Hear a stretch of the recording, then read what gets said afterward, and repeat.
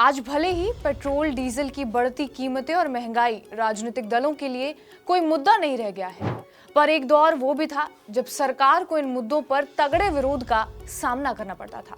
ऐसा ही वाकया इंदिरा गांधी की सरकार के कार्यकाल में भी हुआ था।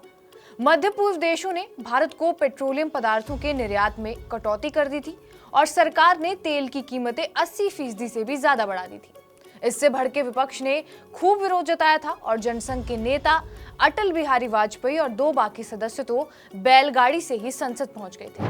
अटल जी की पुण्यतिथि पर आइए जान लेते हैं ये पूरा किस्सा। नमस्कार, मेरा नाम है रिया शर्मा और आप देख रहे हैं TV9 डिजिटल। ये बात 12 नवंबर 1973 को न्यूयॉर्क टाइम्स में प्रकाशित हुई थी और वो ये था कि भारत की तत्कालीन प्रधानमंत्री इंदिरा गांधी को पेट्रोलियम पदार्थों की कीमतें बढ़ाने पर संसद में भारी विरोध का सामना करना पड़ा था। इसी दिन 6 हफ्तों तक चलने वाली संसद के शीतकालीन सत्र की शुरुआत हुई थी और विपक्षी पार्टियां, जिनमें वामपंथी और दक्षिणपंथी सभी शामिल थे, बढ़ती कीमतें रोक पाने में असमर्थ सरकार से इस्तीफे की मांग कर रहे थे। साल 1973 में देश में तेल संकट पैदा हो गया था क्योंकि दुनिया भर को तेल निर्यात करने वाले देशों के संगठन ओपेक ने तेल की सप्लाई में कटौती कर दी थी। इसका असर भारत पर भी पड़ा था।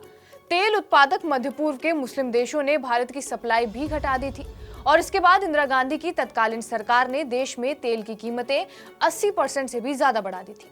साथ ही इंदिरा गांधी देश में पेट्रोल डीजल की कमी के चलते बग्गी यात्रा कर रही थी, जिससे लोगों के बीच पेट्रोल बचाने का संदेश दिया जाए।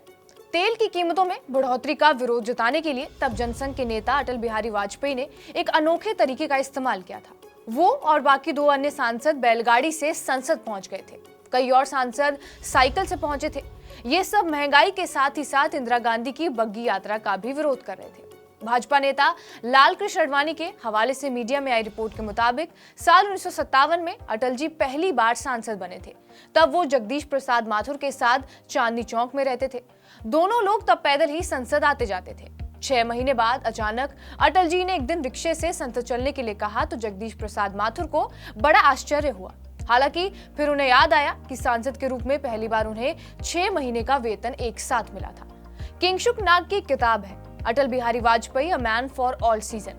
इसी किताब के हवाले से बीबीसी ने एक बार लिखा था कि देश के पहले प्रधानमंत्री पंडित जवाहरलाल नेहरू को भी अटल बिहारी में काफी संभावनाएं दिखती थी। बीबीसी ने तब ये लिखा था कि एक बार एक ब्रिटिश राजनयिक भारत आए थे और तब पंडित नेहरू ने खुद उनसे अटल बिहारी को मिलवाते हुए कहा था कि इनसे मिलिए, ये हमारे विपक्ष के उभरते हुए युवा नेता हैं। ये वैसे तो हमारी हमेशा आलोचना करते हैं, पर मैं इनमें भविष्य की संभावनाएं जरूर देखता हूँ। ये एक दिन इस देश के प्रधानमंत्री बनेंगे और आखिरकार पंडित नेहरू की ये बात सच भी साबित हुई। एक पाकिस्तानी पत्रकार नसीम जोहरा की किताब है फ्रॉम करगिल टू डकॉप। इसमें नसीम जोहरा ने लिखा है कि साल 1999 में नवाज शरीफ भारत आने वाले थे। इसके लिए उन्होंने फैक्स से बकायदा गुडविल मैसेज भी भारत भेज दिया था और इसके बाद रात करीब 10 बजे अटल बिहारी का जवाब आया था। उन्होंने लिखा था कि वो नवाज शरीफ को भारत नहीं बुला रहे हैं, वो पाकिस्तान से मांग कर रहे हैं कि कारगिल में मौजूद अपनी सेना हटा ली जाए, जिससे दोनों पक्षों में बातचीत की शुरुआत फिर से हो सके।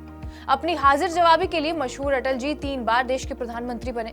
पहली बार 15 मई 1996 को देश की बागडोर उन्होंने संभाली, पर 13 दिन के अंदर ही उनकी सरकार चल पाई थी।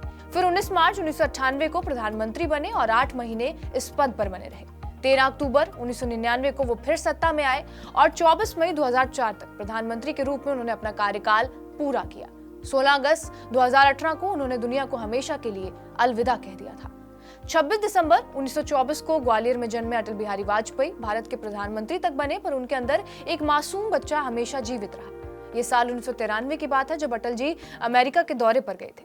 थोड़ी सी फुर्सत मिली तो ग्रैंड कैनियन और डिज्नीलैंड जा पहुंचे। बच्चों की तरह लाइन में लगकर टिकट खरीदा और राइड्स का उन्होंने आनंद लिया। बहरहाल, आपका इन किस्सों पर क्या कुछ कहना है हमें कमेंट बॉक्स में जरूर बताएं। बाकी देश और दुनिया की तमाम बड़ी खबरों के लिए बने रहिए हमारे साथ TV9 डिजिटल पर।